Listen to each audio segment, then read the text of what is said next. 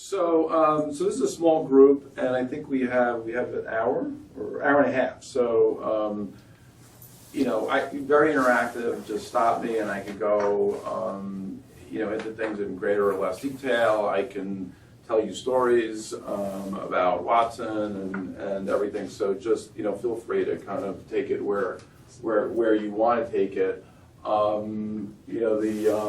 What I would like to do, or the basic theme of this, is to talk a little bit about a perspective on AI and how it's evolved from being theory-driven, rule-based, and axiomatic to data-driven, and raising the question, has it gone too far, and what does this mean for the future of AI? A little bit of reflections on Watson, which I think was a landmark in search NLP and in data-driven AI, and sort of what that taught me, and sort of where that left me in terms of like where to go from here, and then my view about sort of continuous collaborative learning, joining human cognition and machine intelligence. And the basic idea there is that I think to advance AI, we have to get used to the notion of the role the human plays in that picture and the role the machine plays, and this view that they really have to collaborate in a way I don't know that we've quite imagined yet, to take AI to the sort of the next level. And sort of that's my way of thinking about this. When we think about artificial intelligence, I like to go back to like, what do we really mean by this? And the Watson project was a great experience for interacting with the broader population and how they think about and feel about it, intelligence. And it's sort of really remarkable because when you go back to like McCarthy's definition, which was really all about, we consider something artificially intelligent if it performs a task. If that human performed that task, then that human would be considered intelligent. This was like a fabulous definition because it completely avoided defining intelligence entirely. And also it reflected a reality that it's like very uneven. It's not like this smooth linear thing. It's like if you can do this task, if a human could stand up and win a Jeopardy, there's lots of assumptions you would make about that human's intelligence. Like they can walk, they can talk, they can tell jokes, they can, they can solve other kinds of problems. They're generally intelligent. Of course, when we make a computer perform that task, that's not necessarily true. So it doesn't have that kind of uniformity to it.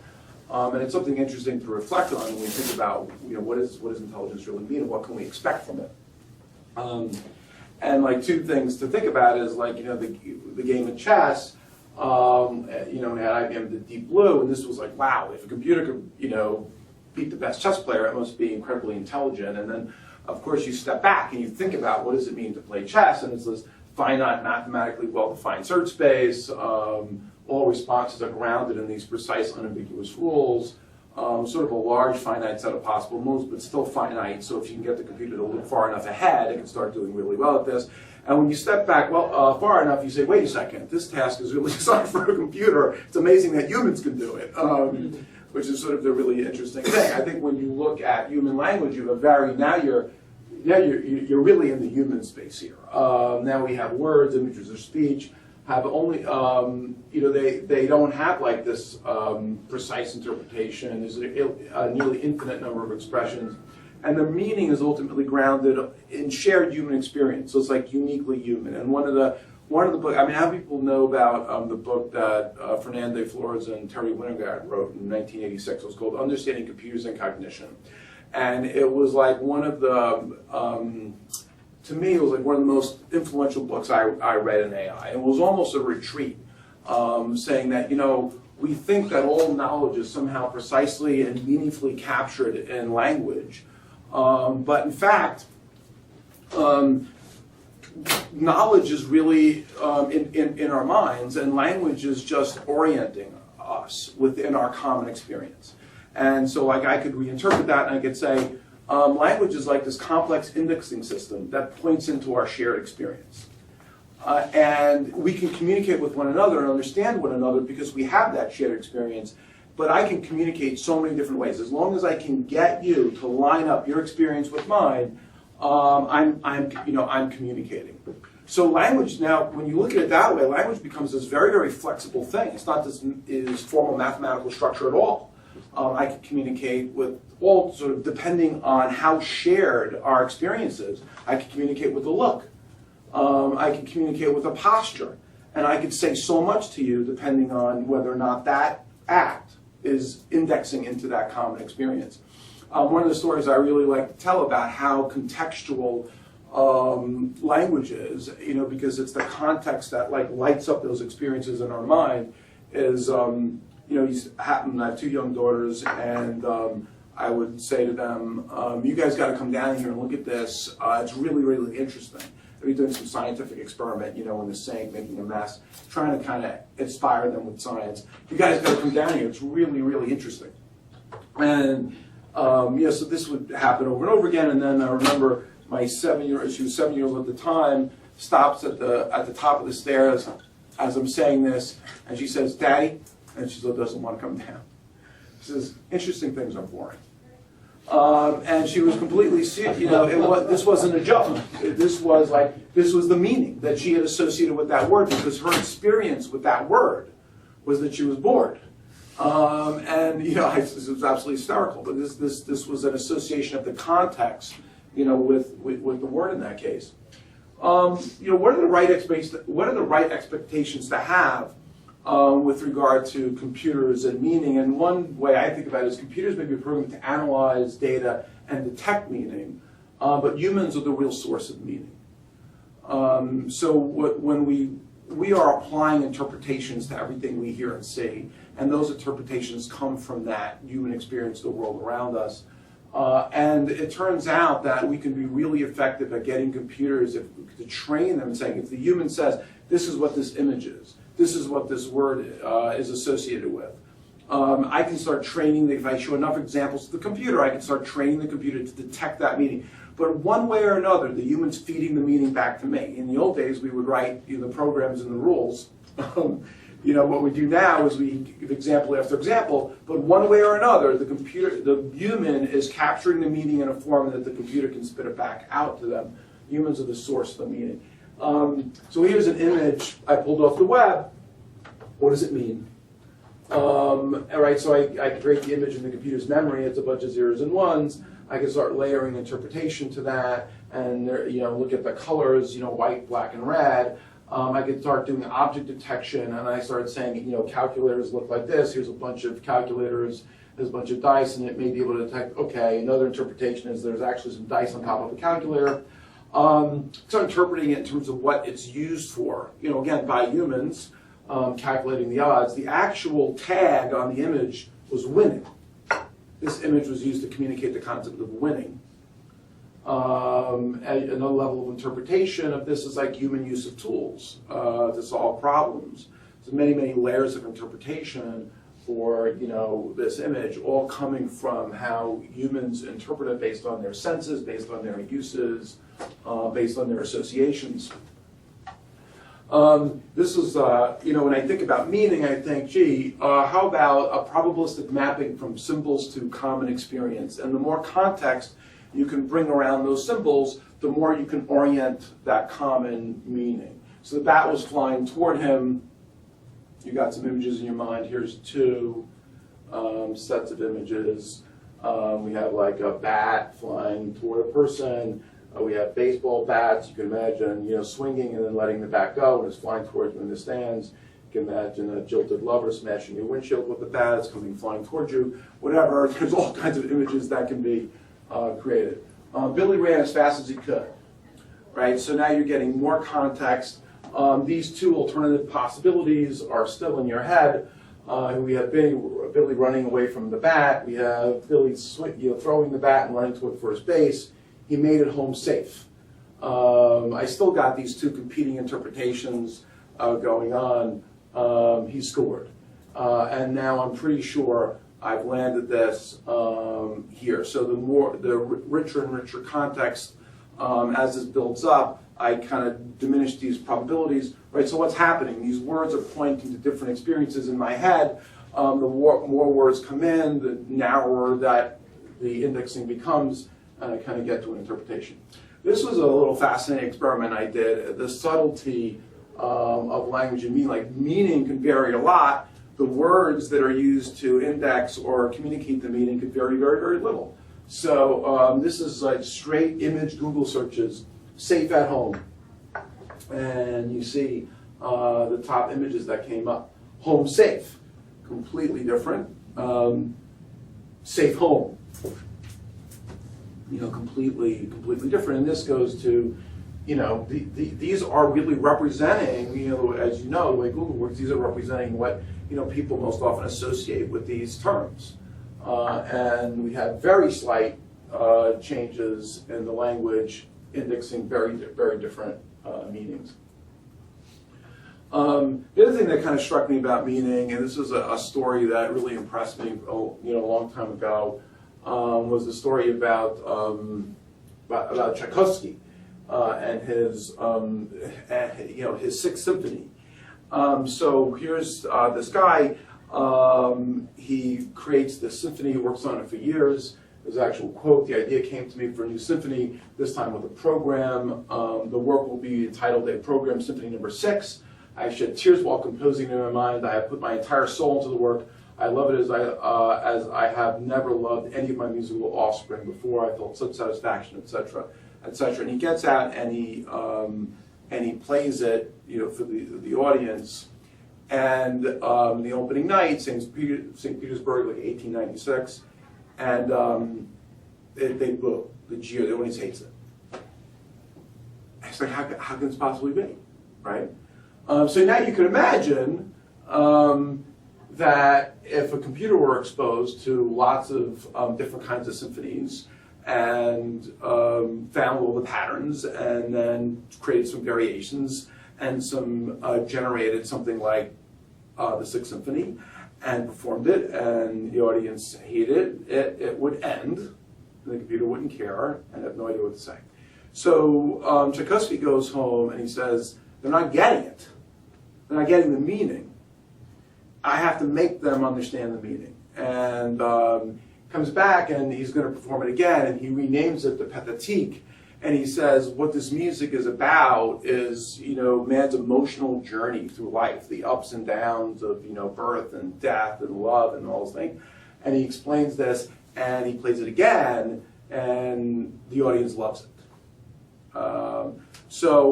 So this is like, the role of humans extending meaning, right? Now they're shaping you, they can connect to you because of that common experience, and they can now connect the symbols to new meaning. So why is extracting meaning so important? I don't know that I have to convince you of this, but volumes and complexity outpacing our ability to assimilate well enough to make competent decisions. I mean, there's just enormous amounts of information out there. We're getting drowned by that information. So there's the healthcare bills, 2,000 pages of natural language text. Do you know what it means? I don't.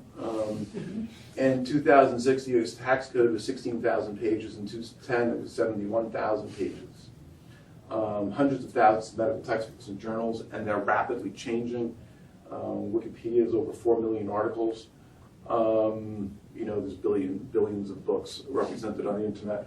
What does it all mean to me and my needs? What answers to what questions lie within that content? How do we really accelerate, the human productivity curve if we can't get to that Star Trek computer that can assimilate all this stuff and talk to us and help us make the decisions that we need? When I say the right expectations, I think there's a difference between creating a human, a machine that actually experiences and interprets the world the way humans do, and a machine that can assign human meaning to these artifacts. And I think there's a difference. I think it is possible to create a machine that can learn how to assign human meaning to these artifacts, and therefore facilitate our access to that knowledge and our use to that knowledge. Open domain questioning, of course, has a rich history in science fiction, and I'm sure you guys know about Star Trek and HAL and Knight Rider, although some of you are probably young for that. What was this movie? War Games. Some of you saw War Games. That was a great movie. And of course, The Next Generation. But how many of you know about Desk Set? Okay, that's what I thought. And so Desk Set, 1957, Spencer Tracy and Katharine Hepburn, was an unbelievably precise foreshadowing of the Jeopardy project. Unbelievable. It's an IBM researcher goes to a company it was suggested would be like a media company like NBC that had a huge librarian staff that would research things and answer questions. And IBM came to build a question answering computer for that company.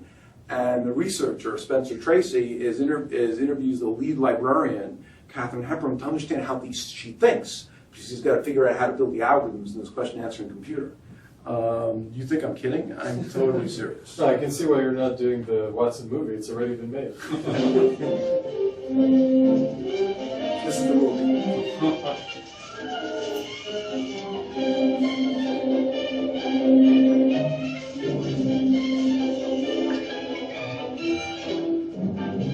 Also be a bit of a tease for you, Emily. Oh, a tease, huh?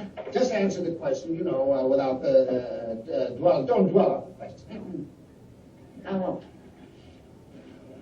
Often when we meet people for the first time, some physical characteristic strikes us. Now, what is the first thing you notice in a person? Whether the person is male or female. So that's like hysterical, right? Because this was a huge problem for Watson. was gender.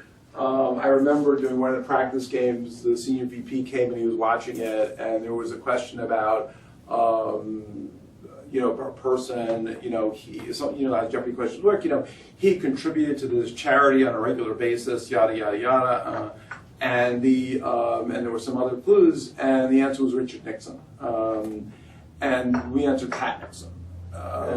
Watson answered Pat Nixon, and the senior reviewer was like, David, what are you doing? I mean, that's like the dumbest thing you could possibly do. Ask for a he.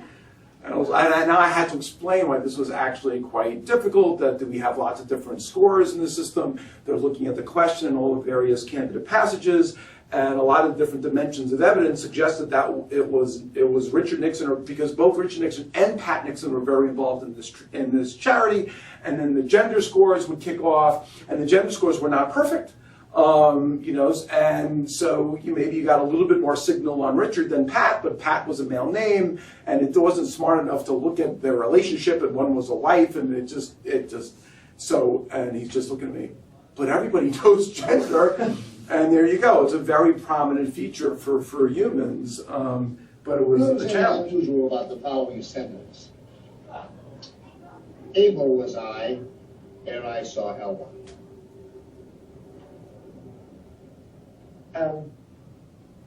No, but I doubt that Napoleon ever said anything like that.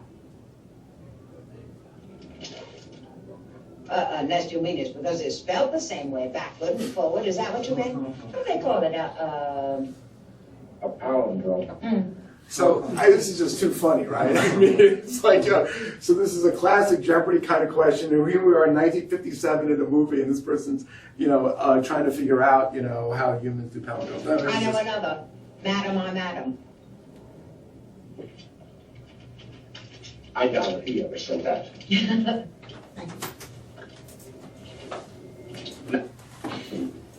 So, good morning, ladies. All you boys know Miss Watson, of course. Well, gentlemen, there she is. MRI, the modern mirror.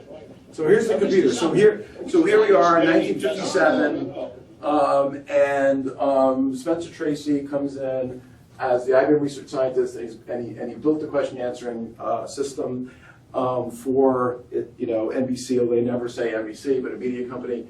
And he's displaying it now to the execs who are in there. How's it been going? Oh, Miss Emmy is digesting everything just beautifully, Mr. Sanders. Good. Now, gentlemen, the purpose of this machine, of course, is to free the worker. Say that again. To free the worker from the routine and repetitive tasks and liberate his time for more important. Now, for example, you see all those books there and the ones up there? Well, every fact in them has been fed into evidence. Now, what do you have there? This is Hamlet. That's Hamlet? Yes, the entire text. Now we put the entire text in place. Now these little cards create electronic impulses which are accepted and retained by the machine, so that in the future, if anybody calls up and wants a quotation from Hamlet, the research worker types it into the machine figure, and Emmy goes to work, and the answer comes out here. And it never makes a mistake. Well, now that's not entirely accurate. Emmy can make a mistake. But only if the human element makes the mistake first. Tell me, Bunny, has Emily Anyway, so really, when you look frankly, at the history of science, when you look at the timeline of science fiction stuff, here we were in 1957 with a remarkable foreshadowing of exactly this kind of thing. It's just a constant longing to be able to create a computer that deeply understands, reasons, answers questions. So I don't have to convince you of that, that vision and how deeply rooted it is. So what makes question, answering or open domain question answering hard? And so what I want to talk a little bit about here is sort of the structured and unstructured approaches. So when we could ahead of time predict how we want to organize the information, how people ask questions against that information, we end up with something like a database, and we have let's say we're going to answer questions like where was X born, and we put a person column, and a birthplace column, and we know that what this question means. We have an interpretation. We write SQL, and we bind the person's name, like Albert Einstein, to X, and we know that the answer is going to be you look up the X in the first column, the answer is going to be in the birthplace column.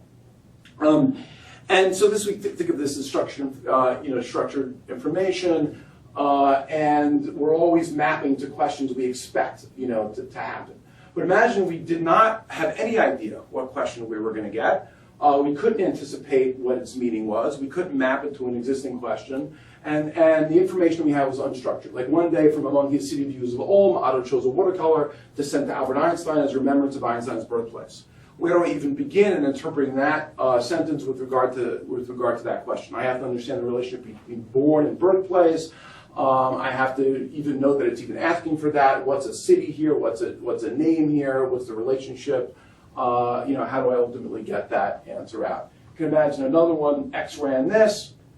We have the CEO column and the company column. Again, if I had a priori understanding of that, I could map that question to that table. But imagine, again, I don't, and I read among many things, if leadership is an art, then surely Jack Welch has proved himself a master painter during his tenure at GE. Right? Maybe the computer can interpret that Jack Welch was a painter at GE, right, and not do that. So we dealing with the unstructured information is a much bigger challenge than interpreting and assigning meaning. What's interesting is also how people's perception of how the computer works. And I found that fascinating. Like when this to remind me of a story. I was interviewed for a radio show, and the San Francisco radio show, and the host started the question like this. He said, "Okay, so I understand you're creating this computer to win a Jeopardy. So how's it work? So you have a big table, and you put all the questions in, and then you put all the answers in, and when the question shows up on the screen, Watson reads the question, finds the question in the table, and reads out the answer." What? I said, not only don't we have the answers, we don't even know what questions are going to be asked. And the guy says, "Well, then how do you do it?" I said, "Exactly. That's a challenge." So thinking about now what the range of approaches are in solving problems like this and beyond, right? I like to put in the context of the evolution of AI from like theory-driven systems to data-driven systems, and then think about like what that really means and where Watson fits in. So AI very much in the beginning started with like humans would sit down with small data examples. They would build axiomatic theories. They would indulge themselves in understanding what the domain is about, building lots of if-then rules, identifying concepts and relationships. The human would do the interpretation and the generalization from that domain, and it was very dependent on the human's ability to do that well and to build sort of a robust theory. This was the knowledge acquisition challenge. But what they would get out was something very compelling, because they'd be able to get the answers out, and they would get these explicable answers. And just, why is that true? Well, I can walk through my theory, and I can explain to you why that was true, why that's true. I could use deduction over that axiomatic theory. And here's an example. This is actually from economics, talking about the recent financial meltdown. Consumers have extended too much credit to pay for homes that the housing bubble had made unaffordable. Many of them had stopped making their payments. There were likely to be substantial losses from this. The degree of leverage in the system would compound the problem, paralyzing the credit market and the financial industry more broadly. The shock might be large enough to trigger a severe recession. So this is sort of a reflection of a deep understanding of what's actually going on in the economy. The person who wrote this is actually from a book by Ned Silver called The Signal and the Noise. And this is reflecting a sort of a deep understanding of what's actually happening, a theoretical model for how the economic machine works. Where are we? AI has shifted a lot, largely because of the data-driven successes, the successes of data mining and machine learning. And the picture looks very different now, right? I have massive amounts of data. I have massive compute power.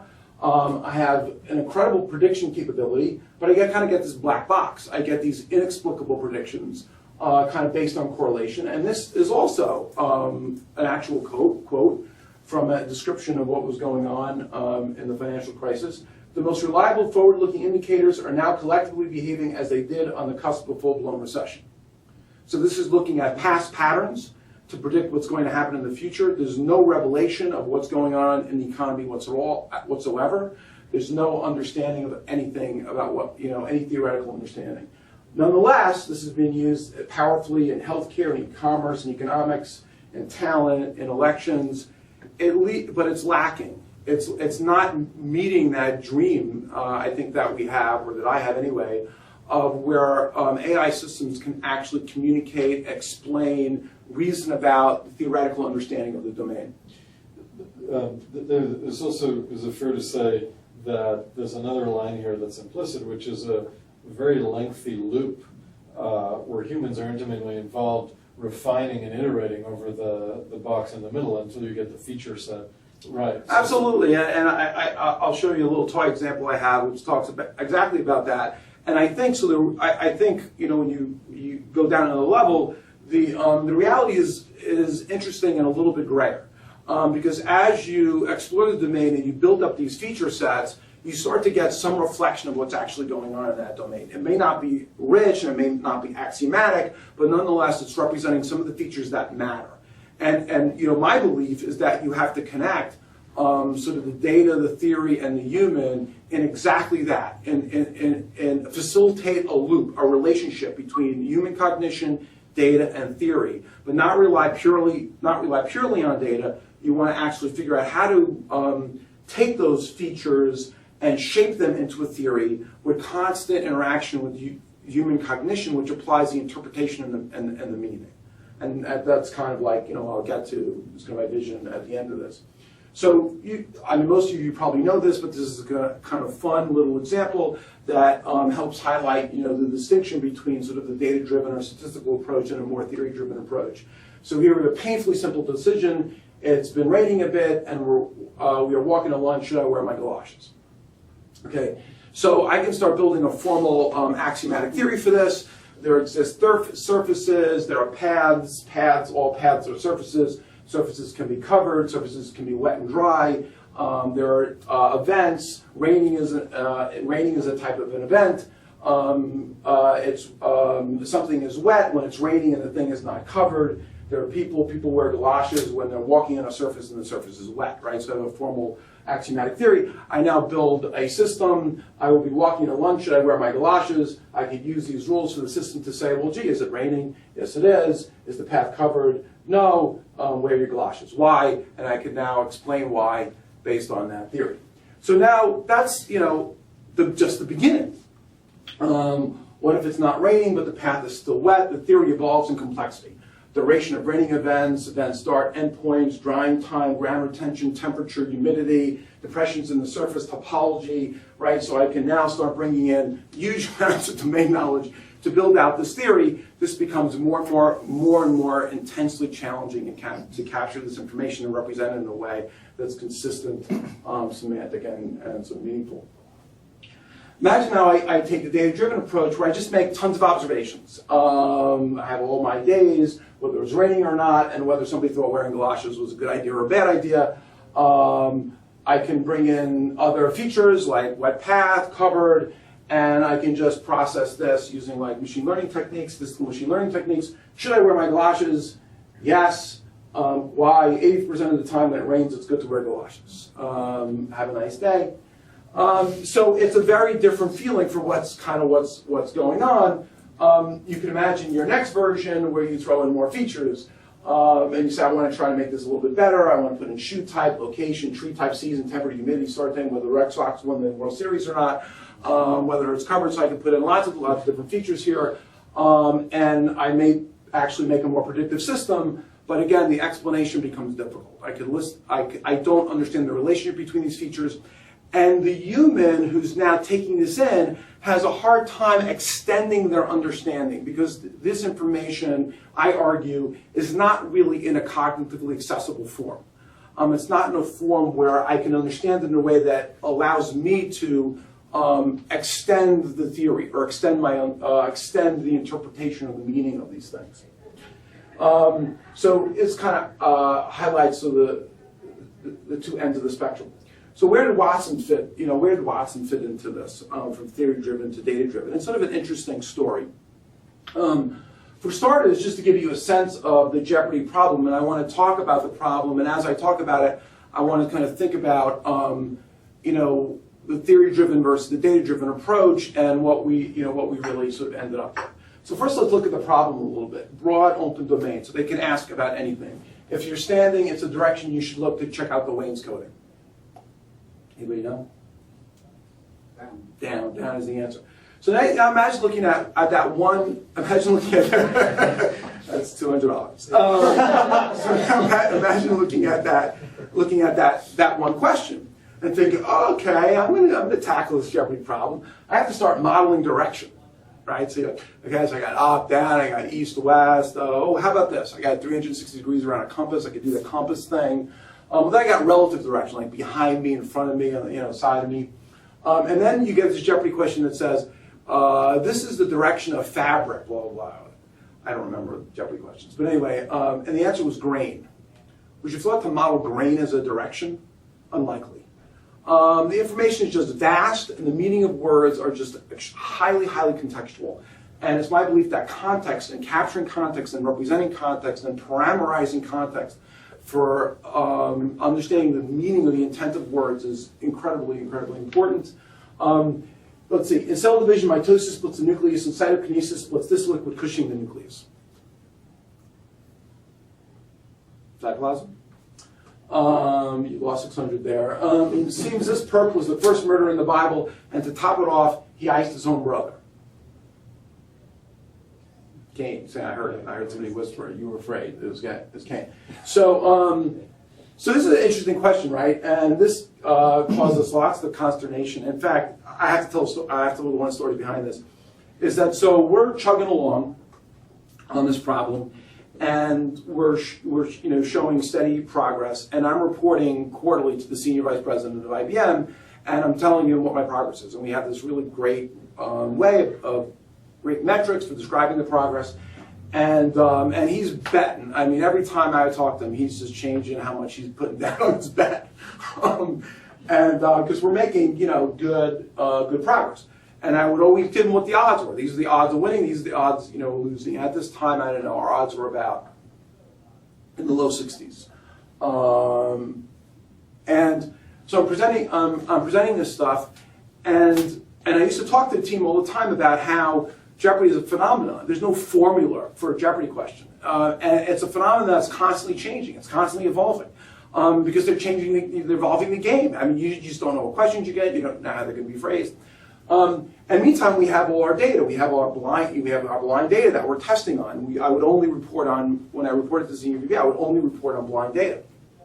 Data that no one's ever seen. So I'm talking to the team about this, and all of a sudden one guy says, changes over time.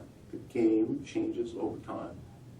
So we used to randomly sample the blind data. In other words, we'd have a whole bunch of blind data, and we'd randomly sample. And so he goes back and he orders the questions in chronological order. And here's how our performance looked. And then 2003, 10 points. The game changed. It changed in 2003. We're like, crap, crap. And so we still to this day don't know exactly why. I mean, they hired a different writer. They wanted to write questions that were more entertaining, but they changed, the game fundamentally changed as far as the computer was concerned. And I had to go report to senior VP and say, we're not where we thought we were. And then we had to crank up the effort like crazy to figure out what the hell was going on. And we actually took all the data, all the Jeopardy data we had prior to 2003, threw it out. Because it wasn't the same game anymore. And we had to start doing everything, and we eventually, little by little, chipped away at what amounted to a harder problem. And we eventually got there. But this was an example of that problem. Because like here, it says, what's a perp? What's ICE? Because I have to make connections. I have to make connections from words in the questions to explanations in the text. What is the intermediate thing that allows me to connect ICE to killed or something like that, right? What does that for me? And so you can't find that definition in it. So I eventually found it in the Urban Dictionary. Murder is the #1 definition for ICE in the Urban Dictionary. But the Urban Dictionary is like 50% pornographic. Not a good resource to use a national television show. But I mean, I'll tell you, it was so cold today. How cold was it? It was so cold, I wish we were back in '64 when he was emperor. Hot times, if you know what I mean. Caligula. In Europe. But, good try. And what you did, though, was you immediately eliminated all the nonsense in that clue. Right? So how do you know what the heck to ignore? Right? So questions like this and like this just change the game. I was using a different meaning of hot. That's right. So word disambiguation of the 4 countries in the world that the U.S. does not have diplomatic relationship, the one that's farthest north. North Korea? North Korea, that's right. 2000. So broad open domain, complex language. You had the very high precision. I'll show you how high in a minute. And you had to have accurate confidence. This is what made the thing so incredibly interesting, right? Because you weren't going to get all these questions. And if you buzzed in and got it wrong, you lost a dollar value with that, and you gave your competitors an opportunity.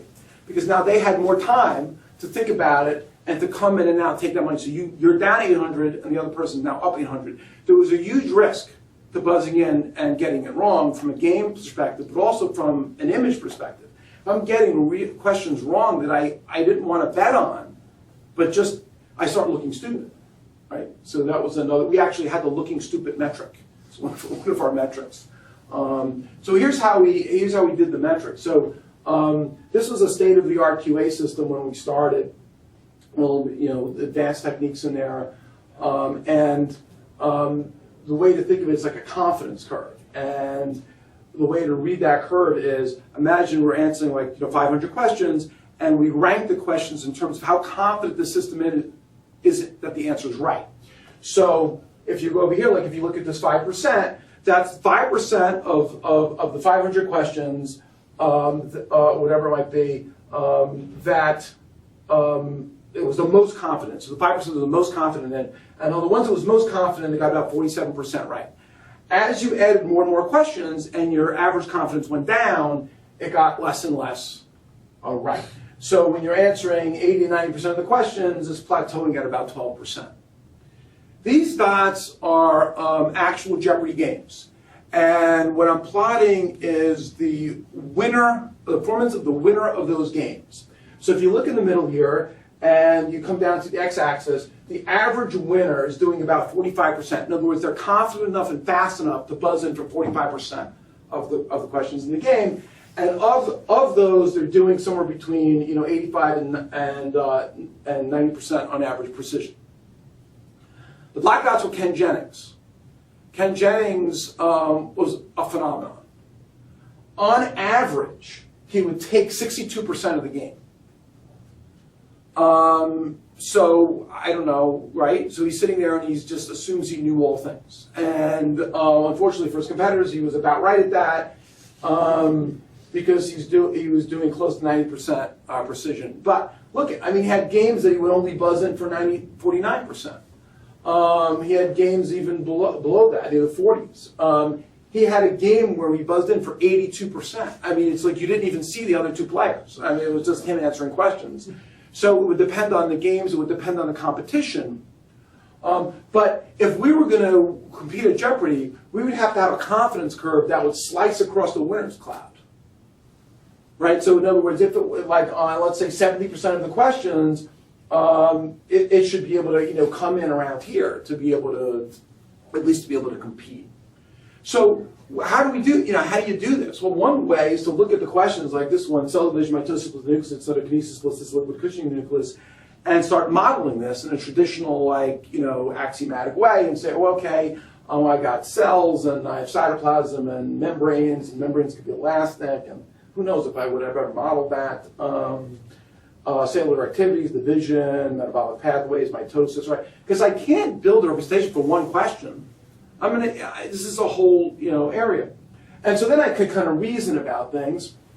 This is what you really like to do, but this is enormously expensive to do, of course. And then what's particularly interesting is think about, if I read somewhere that, let's say, cytoplasm surrounds the cell. Does that mean it cushions the cell? That's actually a complex reasoning problem.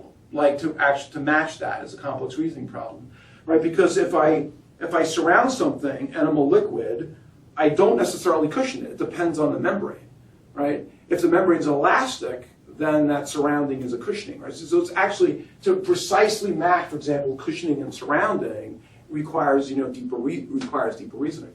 But when I have a lot of the other cues going on, and there's a right answer out there, I could do shallow analysis to kind of get there. And this is basically what we end up having to do, because when you look at the domain represented by Jeopardy, we took 20,000 samples, and we looked at what they asked about. Is it a person, a song, a title, a planet, an insect, a disease, a father, a novelist, a month. Want to know a story about months? Fascinating story about months. So we came up with this notion that we have to be flexible in typing things. So in other words, you have a probabilistic and flexible, because depending on the context, a word can fit many different kinds of categories. So we weren't going to have hard lists. Look, there are 12 months, January, February, March, December, those are the months. So if the question is asking for a month, deliver a month. And we didn't want to do that. We said we're going to probabilistically determine if it's likely that this possible answer might be interpreted as a month, because people are just very flexible with language. But we were making really stupid mistakes. So you were asking for something, and it would ask during this month, blah, blah, blah, and we'd answer with spring. We'd answer with the season. Because that thing was all true about the season, but the question was asking for a month. We said, well, somebody might interpret spring as a month, because we're going to be very flexible. Because all the other cues, and humans do this too. If you're asking a question, there's enough cues pointing to something, even if you say it was a woman or a man, or if you say it was this, if I have a lot of probabilities pointing to this other thing, I might say, well, I'm thinking it's this. I'll take a shot at something that makes more sense and break the pattern that you suggested. So, but it looked really stupid when it said in a month. So we said, okay, fine. Let's break our own rule and put in the 12 months. So we put them in, and there was a question, during this month, Muslims celebrate blah, blah, and the answer was Ramadan. And we didn't get it, because we had put that hard list in of various kinds of months. So it's very difficult to anticipate the usage of words in the context that suggests that. But nonetheless, lots of different things. And even if you tried to model the head of the tail, you only covered 10% of the data. There was no way you were going to compete. 13% of the questions didn't even tell you what they were asking for. They just said this or it. So this is now a famous example. In May 1898, British schools celebrated the 400th anniversary of this explorer's arrival in India. And I'm showing this because I want to talk about shallow features and how we move from weak shallow features kind of the deeper features, although still lacking from the traditional theoretical approach to AI. But the evolution of the feature engineering was interesting. So weak features, just keywords. And so I can hit this passage in May. Gary arrived in India after he celebrated his anniversary in Portugal. So this is a great passage. It's got all the keywords in common. But is that the answer? What's the answer? Vasco da Gama is the answer. This suggests Gary is the explorer. And now if you take this very flexible approach, you say, well, why isn't Gary an explorer? I mean, the next sentence can say, Gary returned home to explore his attic looking for a photo album. Now I have Gary as the subject of the verb to explore, which suggests that he's an explorer. Why not? Well, humans look at this and they say, wait a second, I mean, I've got an entire country celebrating an anniversary. This is not Gary. This has got to be one of the three explorers I remember from high school, Magellan, da Gama, or Columbus. So anyway, right, so now we want better features. So now we have the same question. Now we have, on the 27th of May, 1498, Vasco da Gama landed in Caput Beach. We have only one keyword in common, but this has the answer. How do I get there? All right, so I need stronger features. I have to be able to map from 400th anniversary in 1898 to 1498 with some temporal reasoning. Arrived in and landed in, they could mean the same thing. Now, I could write down a rule, arrived in and landed in means the same thing, but where do I end with that? So with statistical paraphrasing, you mine lots of data and you find out, guess what? Landed and arrived in appear in very similar contexts over lots and lots of data. They might mean the same thing. They might mean, so I get some signal that these things should match. So I start associating like a degree of confidence to the various matches. Geospatial reasoning. I've got Caput Beach in India. Here I might as well use a geographical database. I could also use language mining and statistics. But if I have a geographical database, I know that Caput Beach is in India. So if I've landed in Caput Beach, I've arrived in India, suggests Vasco da Gama is the explorer in question. And now I have a lot more evidence that Vasco da Gama is an explorer, at least more so than I have with Gary. So when comparing these two answers, am I 100% confident? No, because all of these things, none of these inferences are perfect. They're all probabilistic. You suggested earlier that they also can rely on a notion of prominence. Do you have some kind of prominence prior where just for any question, in general, Vasco da Gama is a more likely answer than Gary?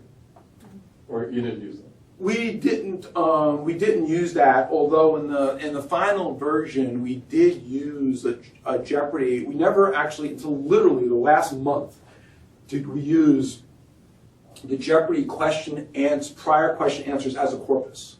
One of the big things was, I mean, I talked about this at night, but I was very interested in the science. I was not interested in the television show. I was interested in the science.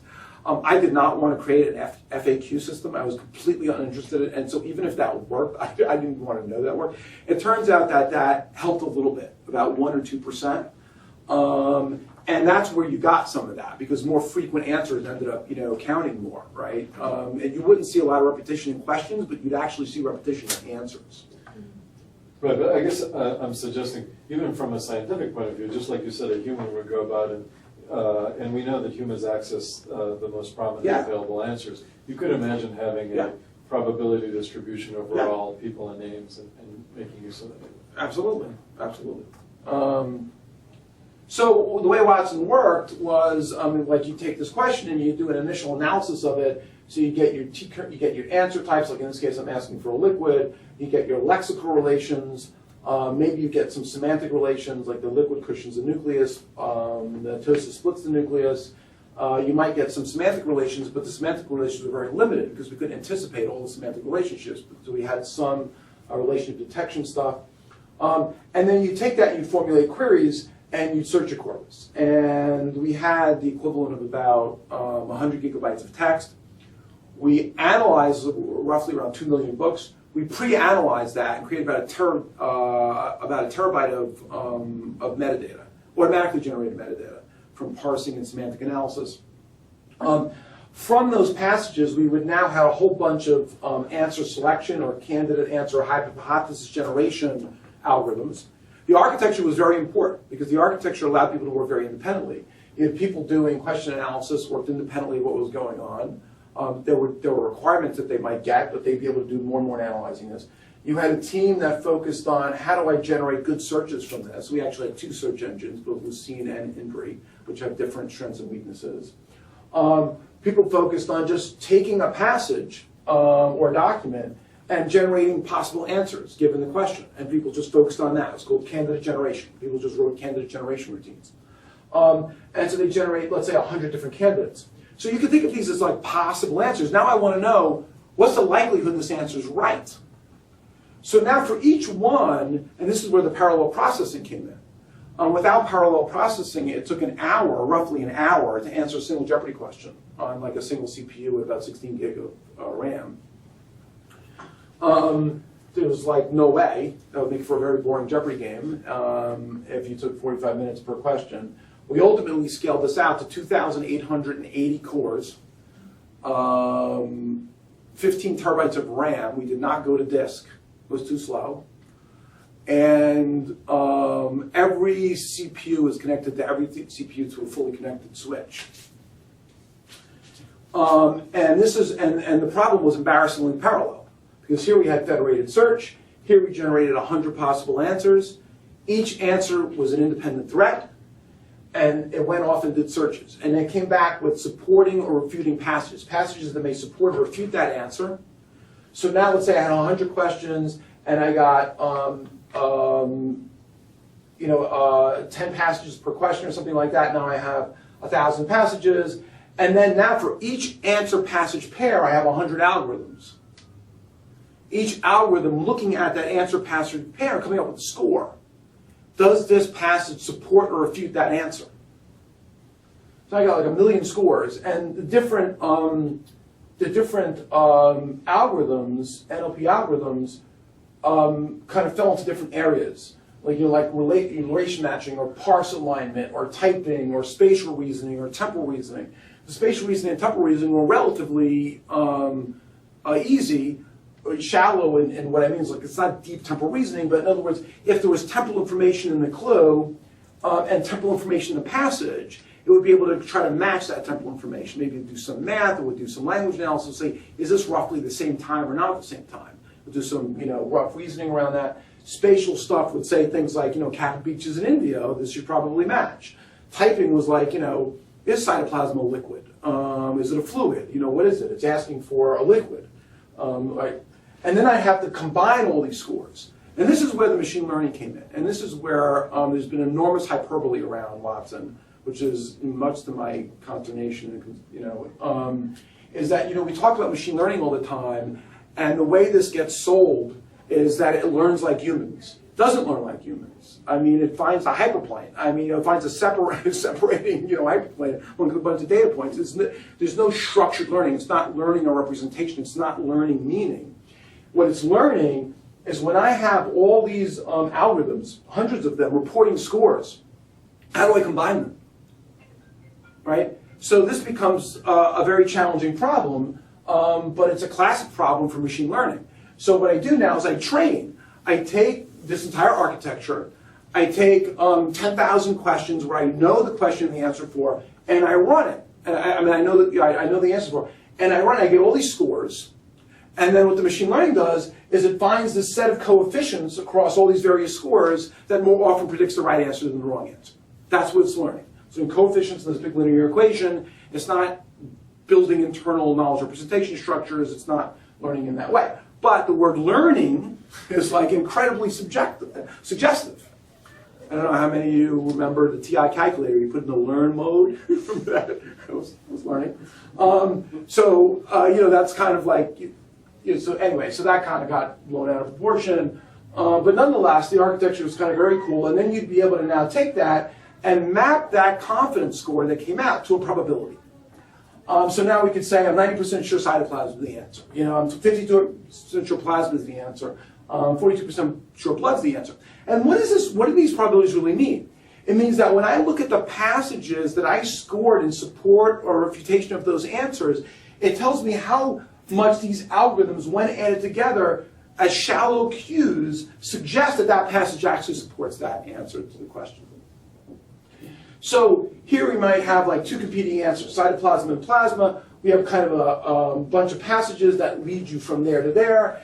And what the system's got to do is figure out what's the likelihood this passage really supports that answer. And it has like these questions that get internally generated, like is fluid or liquid? If you surround something, do you cushion it? If you divide something, do you split it, right? Because that's what I would need to do to match that. If you reduce something, do you split it? Does mitotic imply mitosis? Right? So depending on my answers to kind of these internal matching questions, I would build or not build confidence in the different kinds of answers. So now I need a whole bunch of like matching algorithms that can be very domain specific. They can be very shallow. Some of them could be deep. But the idea of the architecture was to allow lots of researchers to contribute to these without having to get consensus on their meaning, not even their scores. Like we didn't even say, you know what, when you report back a 5 means something. That's okay. Just report back a score. All we really cared about was your score monotonic. In other words, if your higher score should predict right answers more so than your lower score. That's all we cared about. And then we would normalize, or we'd use the normalized scores and the raw scores, and we put them in, as features. But we didn't spend our time coalescing a common ontology. We didn't spend our time coalescing a common scoring system. We let the machine learning figure that out for us.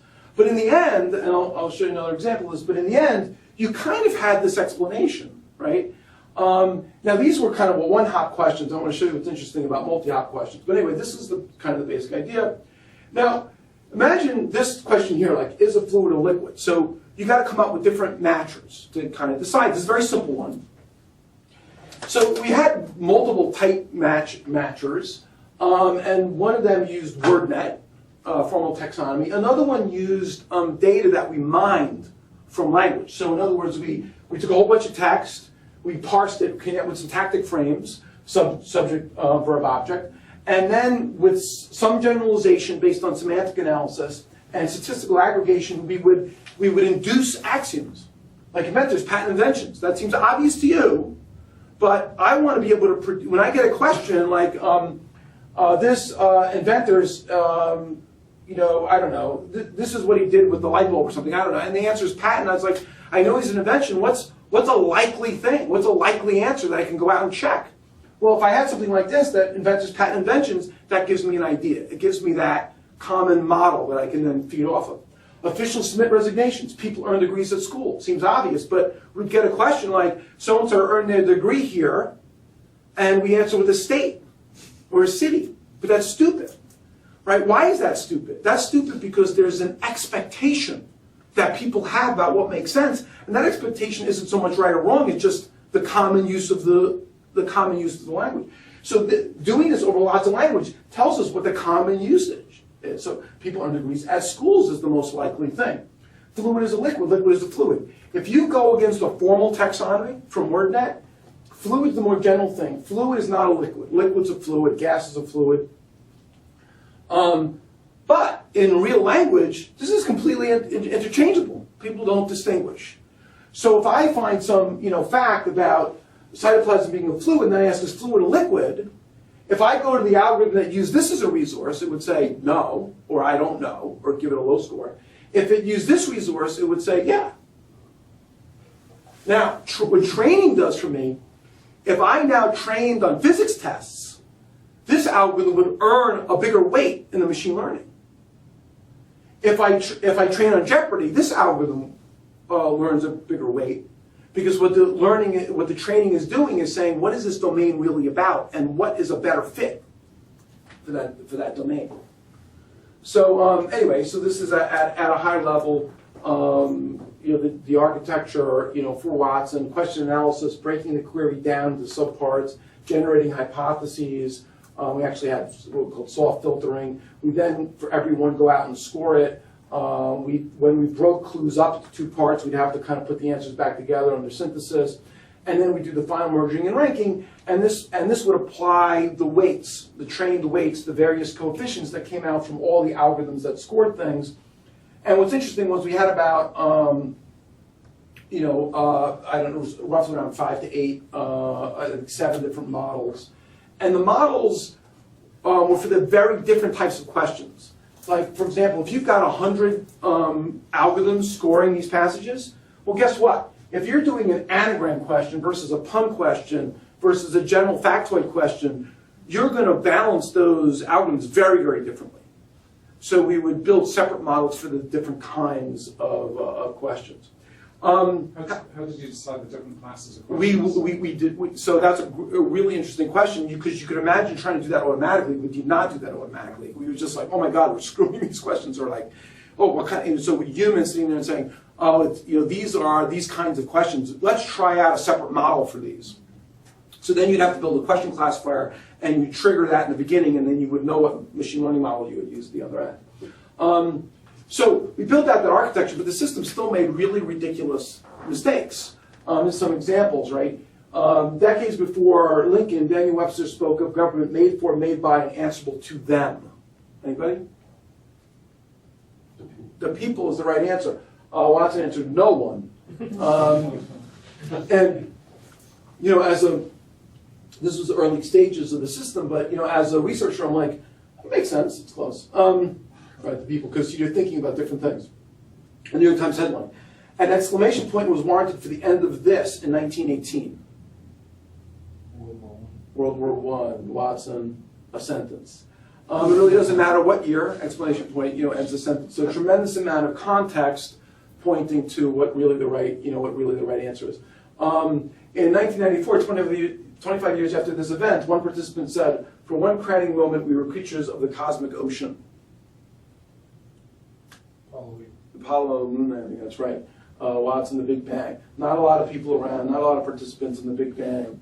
But it was an event. And this was an early enough version of Watson that answering with an event was like, we nailed it. So the Apollo moon landing. Give a bird a tinkle when you get it to town. Dave, just Yeah. time check, it's 11:06. Yeah. I want to make sure we have time for your punchline and for discussion. So just Sure. Give a bird a tinkle when you get into town and you've done this. So call him on the phone. You Brits must know that. Watson was urinate. And one of my very early, this gives you a sense of like how far we came and how much work was done to kind of get where we did. But this was an actual answer to an early question. Fatherly nicknames. This Frenchman was the father of bacteriology. Pasteur. Watson, how tasty was my little Frenchman? Was the answer.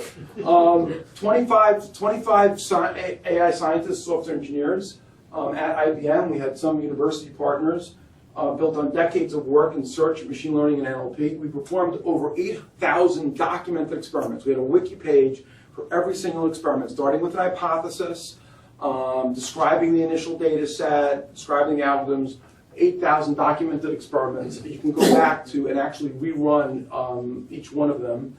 Over 4 years, broke new ground.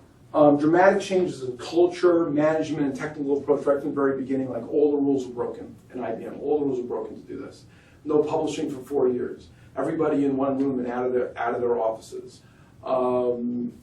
Just dramatic changes, and it meant nothing. If you wrote a component that like was publishable because it increased the precision for like parsing or something like that, meaningless. And you had to plug it in and show that it affected the end-to-end performance, or you got 0 credit. Right? So it just changed everything about how we work. And we went from that baseline all the way to this line. Actually, the last version was a little bit better than this, but you see us cutting across the winner's cloud. We went into the final game with about a 73% chance, roughly, of winning. It's like around 30% chance of me getting fired. So anyway, we won it. Interesting from a human versus machine perspective, just for the AI fun of it. Both disconnected from the internet. Like what you got, what was there was there. Like Watson was not connected to the internet, the brain not connected. 2,880 CPUs versus a brain. The size of about 10 refrigerators. This thing fits in a shoebox. 80 kilowatts of electricity. Tuna fish sandwich and a glass of milk. 20 tons of cooling, maybe a hand fan. 40 years plus about 2 million books of content and about 25 researchers, about 30 years of human learning.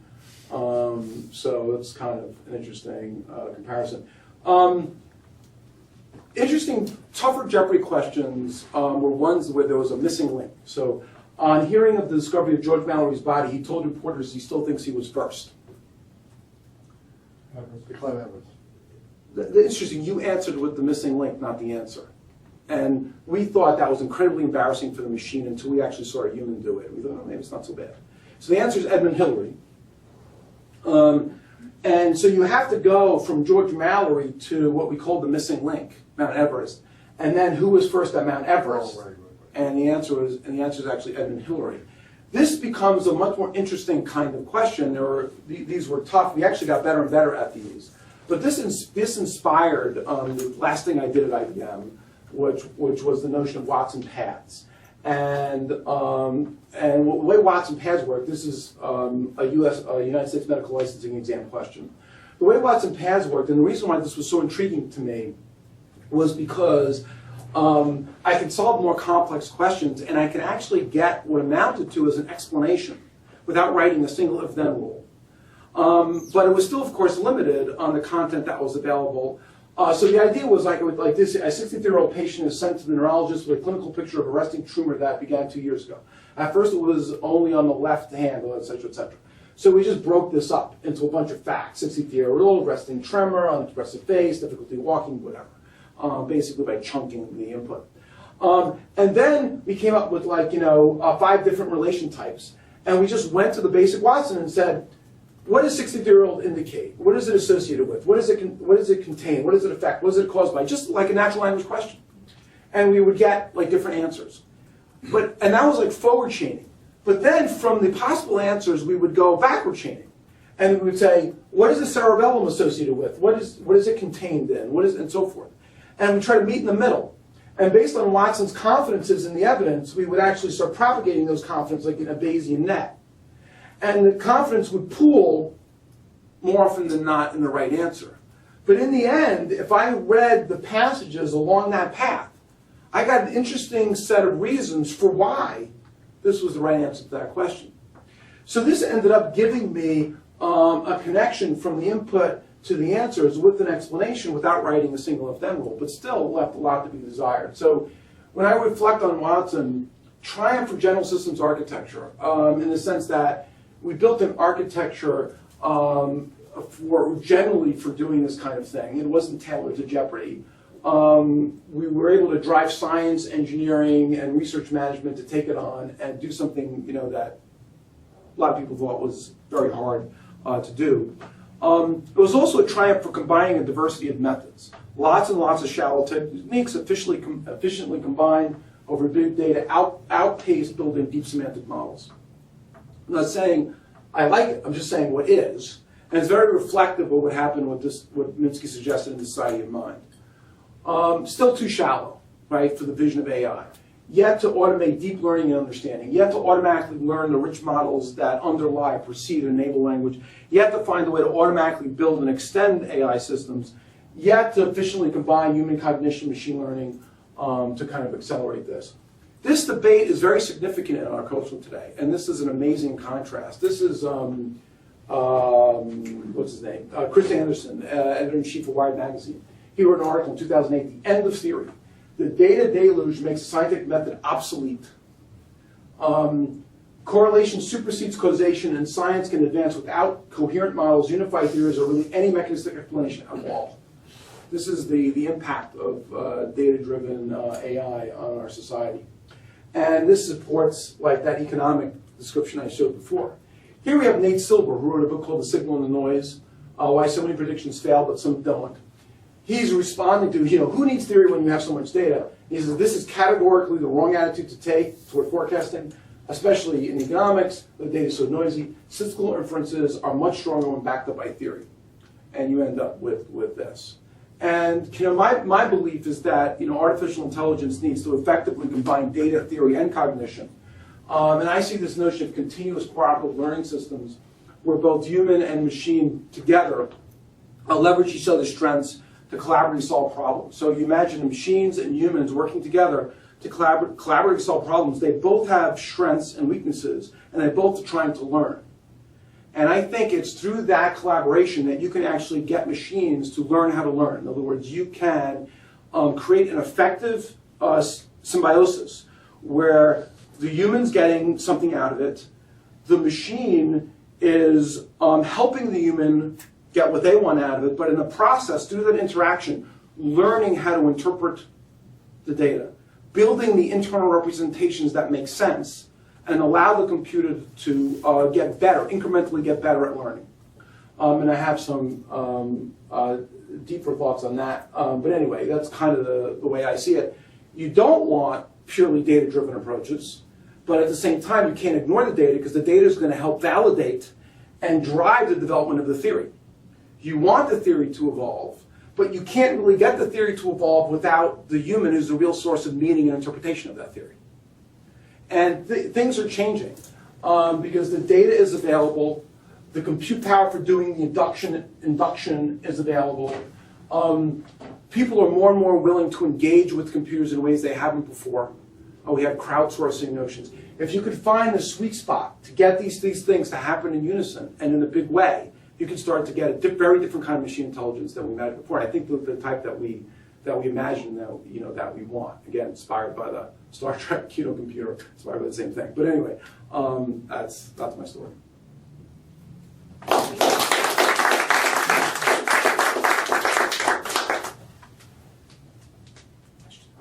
Questions, comments? So one question that I have just on this slide, which is, so can you talk just a little bit more about what you mean by theory in this context? In the context of Nate Silver and the other stuff, it's clear. And Chris Anderson, right, is no longer the editor of Wired. Is he? He went to join a maker company. A drone. He's building drones, but that's. I don't think. I saw him talking about this. building drones. Actually, it was frightening. But anyway. But that's not the reason. But there is that hype. But in this context, I think you mean something more specific than theory, right? Because you want that represented in the machine. I'm talking about. I mean, it's a classic logic-based knowledge representation. I think. So I mean, if I were to drill into that a little bit, I would say that, like looking at like the 1980s, like AI. I mean, it's looser. It's more flexible. It's not as formal, but nonetheless, it has formal elements to it. Is what I'm imagining. I'm imagining something that's very context-driven. So meaning is not derived from the ontologist sitting there and saying, this is what it means. So there's a skeletal structure there that deals with basic associative relations. It deals with maybe time, sequencing, quantification, things like that. They're essential to our cognitive abilities, fundamental and essential to our cognitive abilities. But the association of meaning to those structures is extremely flexible and highly contextual, as opposed to this is what it means. It's supposed to be definitional. And the association of meaning to those structures is ultimately derived from interaction. You've got to get the thing to interact with the source of meaning on a regular, continuous basis. Right? So you don't want a situation where you rely on the continued input of human knowledge engineers. You don't want that. What you want is the continued interaction of the machine intelligence with other humans on human terms and figure out how to get the computer to build those internal representations based on that interaction. And that interaction has to be valuable enough, otherwise you won't engage the humans. Follow up on that. So can you put it in context with the Watson architecture? So where would you have humans in Watson architecture to improve upon the representations? So I hesitate to answer that a little bit because I'm not attached to the Watson architecture in any fundamental way. Sure. However, when the Watson system, for example, tried to match, let's say, an answer passage to a question passage, and it failed somewhere. Remember that I showed you like it couldn't match something like the surround cushion? So right at that point, let's say it's saying, I think I understand this. In other words, what it's doing is, okay, so Watson's memory was sort of represented by all the passages in its content. That's like its prior. Okay. Here's what I think I understand now. I'm using words very loosely, so it didn't really deeply understand that. It didn't have it couldn't reason over that information. But it did understand it at some level. For example, it had a syntactic parse, for example. So when I say understand the next few sentences, I mean syntactic parse. So I have my prior knowledge represented by a syntactic parse. And now I have my question, right? And shallow meaning is, can I get these parses to align in some way? I get certain aspects to align, but surround doesn't align with cushion. So now I want to fix that. So I want to ask you a question. Does surround mean cushion? Does it surround mean cushion in the context of nuclei and cells and cytoplasm? Yes, it does. Oh, does it mean cushion in this other environment? No, it doesn't. Right? So each interaction, I'm starting to build a deeper and deeper understanding and representation for what's going on. And if I could do that in a way that I'm also adding value to you as the human, the source of interpretation, and I have a bunch of other tricks in the bag, I think we do what we've never done before. So of course you can answer some of those questions by going out to text. And so You can get hypotheses from text, right? Well, But also apparently judge their confidence.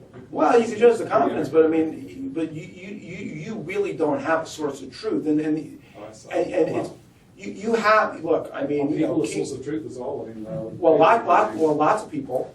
Okay.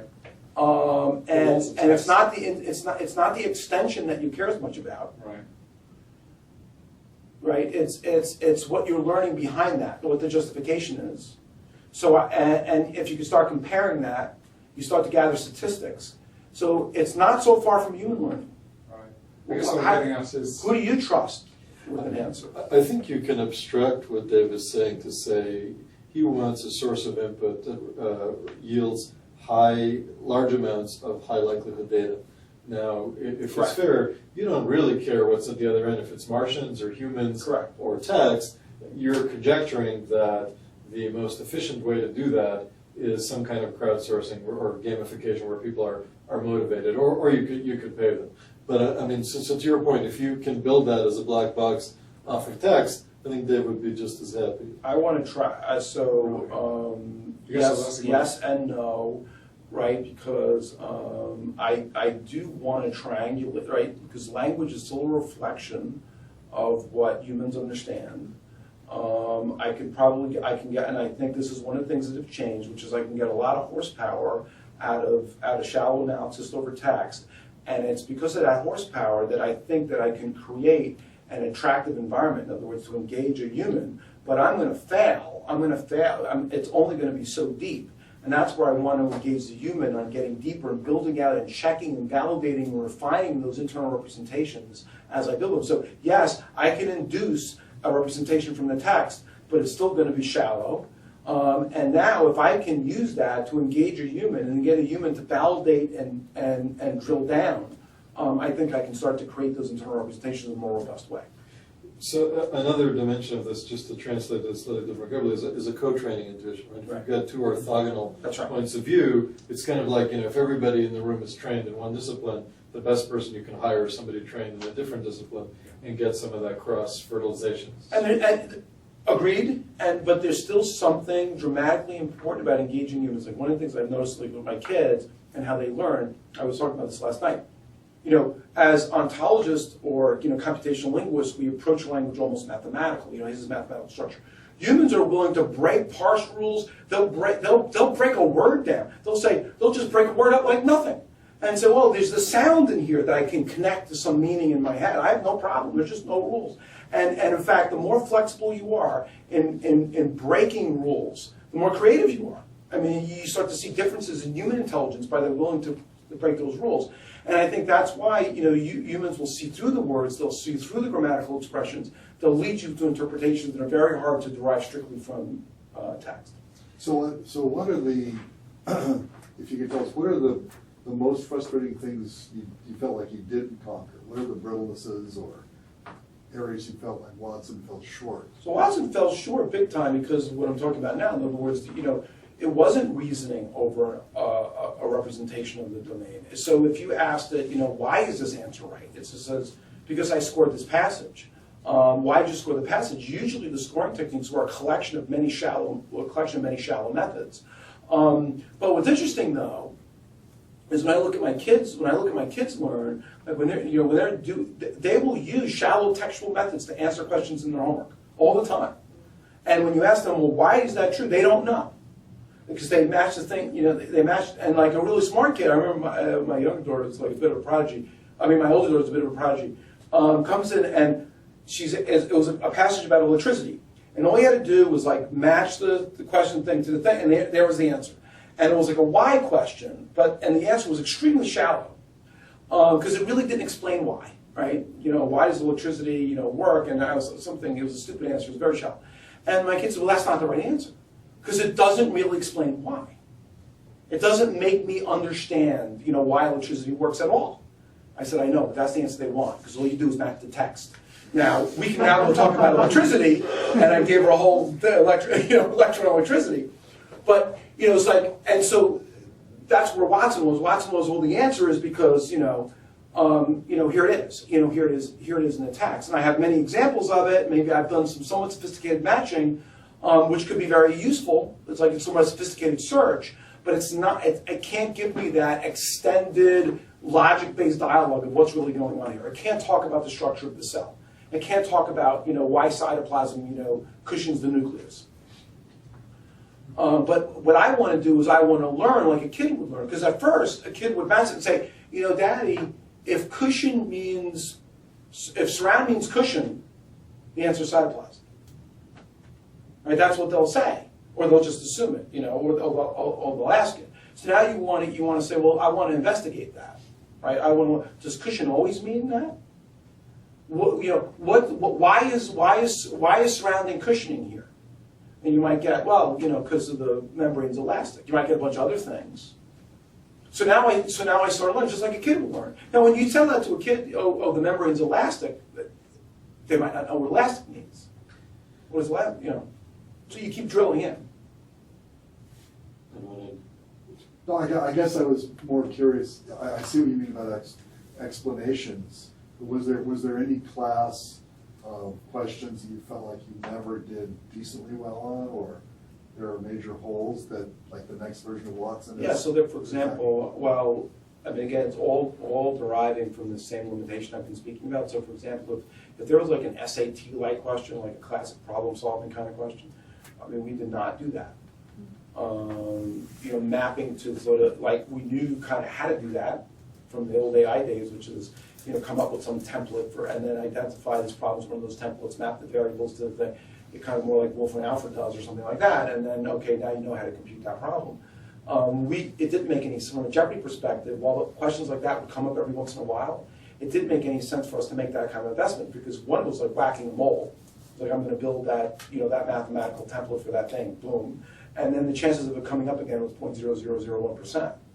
Right, so it didn't make sense to make that kind of investment, but it would fall flat. It would simply fall flat. So do you think that Watson is 20% of the way to the system you envision in the future, or? So I think Watson is complementary to that system in the following way. So in other words, when I imagine engaging the human in a collaborative problem-solving thing, where the human's getting value out of the computer and the computer's getting value out of the interaction with the human, I can use the Watson kind of technology, using search and shallow text analysis.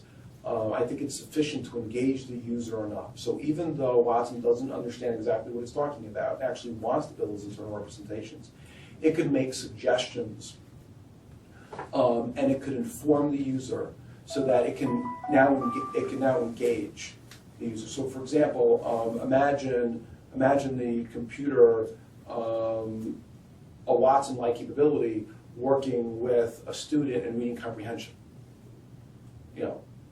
Simple reading comprehension. Third grade, like reading comprehension.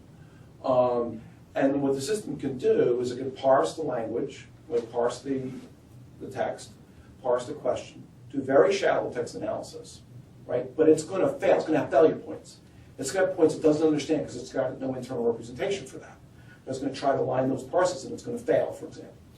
But while it's doing that, it can make really interesting suggestions to the user. It could say, do you think this is the answer? Here, read this other passage about that. Look at this picture, right? It's doing Watson type of technology to engage the user at a shallow level, but enough to be engaging. And then ask the user, do you think this is true? And it sounds pedagogical. Actually, Watson doesn't know. The system doesn't know the answer. When it gets the answer from lots of people doing this, it's now building that internal representation and getting it validated over and over again. And if that representation and learning algorithm is strong enough, you can start to do something. So what I see Watson is like Watson or Watson-like technology is an essential ingredient to create that interaction that's going to enable you to mix the human with the data and the theory and build out that representation. That's a Paul's question. What portion of this idyllic system would a Watson-esque Watson's the easy system? part. It's the easiest part. So 10, 20? What percentage of you? Yeah. I mean, if you're really to go and like architect this system, Yeah. you're working, you understand, know how to replicate with Watson. How much more would you have to layer on top of that to get you to where you? Okay, so I can answer that in a number of different ways. Like when you say the more, is it in terms of effort, in terms of invention, in terms of, I mean, what kind of thing would you say? So any way I want, okay. Multiple ways. Yes, all the way, all of the above. I think time is the operative metric, right? Are we talking, 3 years, 10 years? My view, 10 people, 3 to 5 years, and you'd have something very compelling. Will it be the final in AI? No, I don't think it'll be the final in AI, but it'll be very compelling. In other words, it'll set a direction that says, wow, this is the way to do this. This is the way to do this. Right. Qualitative leap forward Right. in performance. This is the way to do this. This is doing something we weren't doing before. Another way to say what you said is you see Watson as a stepping stone, right? That you can leverage to a Watson-like system. So the way Watson inspired me with regard to this idea was, as I said, it plays a role in engaging the human. I need many, many teachers. I'm inspired by like how children learn, how they learn through failing. So this is kind of like mistake-based or gap-based learning. They know something, and then they experience the world, and they try to match it to what they know, and it fails, and they refine their internal representation. And they're asking their teachers, their parents, each other, but they're just asking the world. And they, dropped the spoon. They asked a question, and they got an answer, and it changed their models. Before they thought it would float. Now they don't. I just think you need that constant and continuous interaction. And the reason why I say you need it with something that's either human or surrogate, well, you have humans or surrogate from humans, which is like text can be a surrogate. I don't think it's as good because you can't get beyond what's written in the text. For the real world, simulation systems is a surrogate for the real world. So you can imagine asking questions to simulation systems as a way to validate hypotheses and to extend an internal representation.